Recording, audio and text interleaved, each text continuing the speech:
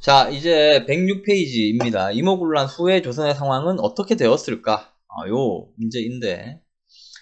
자, 청은 이모군란을 조선에 대한 주도권을 되찾는 기회로 여겼다. 여기서부터 시작하죠. 여기서부터. 자, 먼저 그림을 하나 보고 갈게요. 이게 이제 그 당시에 현실을 풍자한 풍자 그림인데, 여기 보면 이제 우리나라 사람이 갓을 쓰고 있고, 이렇게 이제 있는데, 뒷짐지고 있고요. 그 뒤에서 청나라 사람이 이렇게 그 사람을 대신해서 그 사람 손 역할을 하고 있는. 그러니까 우리가 이제 청나라에게 조종당하는 그런 나라가 되었다 이렇게 풍자를 한 겁니다. 뒷짐을 지고 있는 조선인 뒤에서 속삭이고 있는 사람은 누구일까 이렇게 쓰여져 있네요. 단적으로 이제 그 이후의 상황을 보여주는 사파인데 그래서 이모군란 후에는 일단 요점을 정리하면 청의 영향력이 확대됐다는 겁니다. 이렇게 정리가 되는 거죠. 당연하겠죠.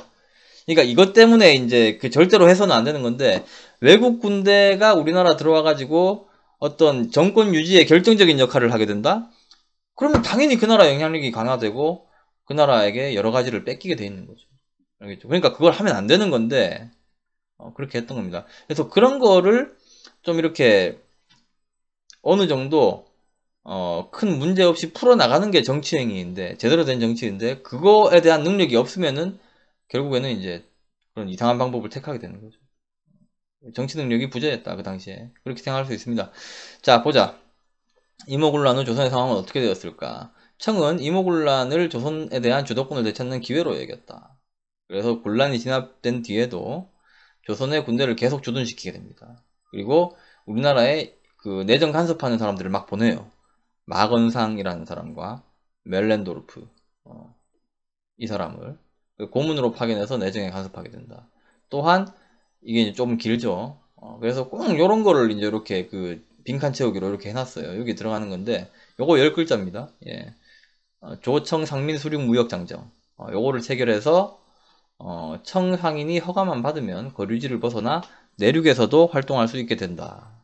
그러니까 지난 시간에 배웠던 그 거류지 무역하고 다르죠. 거류지 무역은 거류지를 벗어나면 안 된다. 일본 상인들이 이렇게 정해져 있는데 이 청상인들은 거류지를 벗어나서 내륙에서도 활동할 수 있게 된다. 이게 이제 큰 차이가 있는 거죠. 그렇게 청의 영향력이 커지자 청상인들이 대거 조선에 진출해서 개항 후 조선의 시장을 독점하던 일본 상인과 경쟁을 벌이게 된다. 이렇게 해서 이제 어떤 사람들은 이거를 청일 전쟁의 하나의 원인으로 보기도 합니다. 경제적으로 청상인과 일본 상인들이 우리나라에서 경쟁하게 되니까 이제는 완전히 상대방 쪽을 몰아내는 방법, 이걸 이제 전쟁을 하는 방법으로 하려고 했다. 이렇게 이제 생각을 하는 거죠. 자, 그리고 요때 최혜국 대우 규정을 구실로 다른 나라 상인들도 내륙으로 진출을 하게 된다. 최혜국 규정이 그 어떤 한 나라가 그 혜택을 받게 되면 나도 받을 수 있다라고 하는 그 규정이죠, 그죠? 요게 지금 날개글에 나오는 겁니다. 내륙 진출해서 이렇게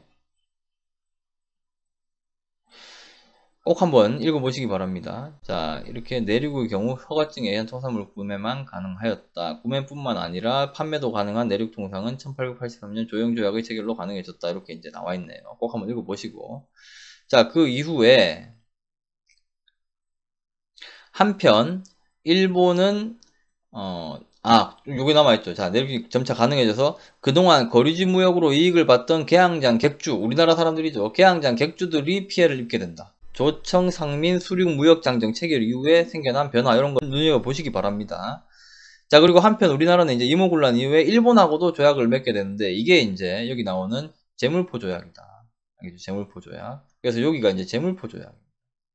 이모군란 이후에 제물포 조약. 근데 이모군란으로 입은 피해 배상금을 지불하고 공사관 경비를 위한 일본군의 주둔을 허용하는 제물포 조약. 이걸 이제 체결하게 됩니다.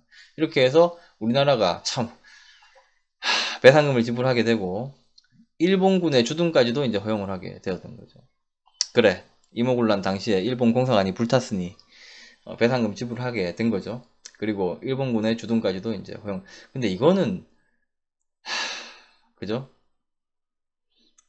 이것까지 허용해야 됐을까라는 생각이 들기는 합니다. 배상금 지불까지는 모르겠는데 지금 우리나라 공사관에 뭐 다른 나라, 지금 우리나라에 있는 다른 나라 공사관이라 해도 거기 무관이라고 해봤자 몇 명 안 되거든요. 그 군대급의 그런 그 무력이 있진 않은데, 이때는 막 수백 명의 일본 군인들이 이때 들어왔습니다. 이거를 명목으로. 일본군 주둔, 일본군, 그 일본 공사관 경비라는 명목으로 우리나라에 이제 들어오게 됐어요. 자, 그리고 이제 고종이 그 사건 끝난 이후에, 교서, 왕의 그 문서죠. 왕이 내리는 문서를 통해서 개화정책을 계속 추진할 것을 분명히 했다. 이렇게 됐기는 하지만은 개화정책에 대한 반발, 이모군란이 일어났긴 하지만 일단 그 사태는 다 이제 진정됐고 나는 개화정책을 계속 하련다. 이렇게 이제 의지 표명을 한 겁니다. 자, 이에 정부는 흥선대원군이 세운 척합의를 철거하고 방문국을 설치해서 정부의 개화정책을 알리는 신문을 발간하게 된다. 그래서 여기 빈칸이 여기 있는 빈칸이 방문국, 알겠죠? 신문 발간, 방문국을 설치해서 신문을 발간하게 된다. 요거 방문국. 그리고 서구 열강과 통상조약을 계속 체결하면서 문호개방을 확대해 나갔다. 아울러 정부는 불평등한 조일무역규칙 등을 개정하려고 노력하였다. 지난 시간에 배웠었죠. 1학기 때 조일무역규칙, 이게 불평등했잖아요. 이걸 개정하기 위해서 노력했고 그 결과 1883년에 조일통상장정이라고 하는 걸 새롭게 체결하게 되는데, 이때 발전적인 측면은 일단 무관세에서 협정관세로 관세가 생겼다. 돈을 받을 수 있게. 그리고 방공력의 규정이 담겨 있었다. 우리나라의 그 곡물 유출을 막을 수 있는 우리 권한이 생겼다. 그러나 최애국 대우 등이 포함되어서 여전히 불평등하였다. 아시겠죠? 자, 그래서 여기 세 번째 여기 들어가는 거, 요게 조일통상장정. 알겠죠? 조일통상장정. 그리고 여기에는 최혜국 대우. 알겠죠?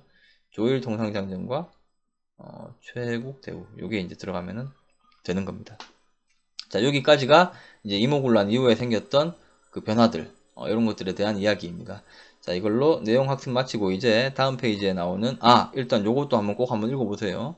자, 조청상민 수륙무역장정과 청일의 경제침투, 여기 나오는 것들, 자료에 나오는 자료와 도표, 그래프, 그리고 해설, 여기까지 꼭 한번 읽어보시기 바랍니다. 아시겠죠? 자, 이제 여기 개화정책에 대한 반발이 거세지다. 요걸로 이제 형성평가로 넘어가겠습니다.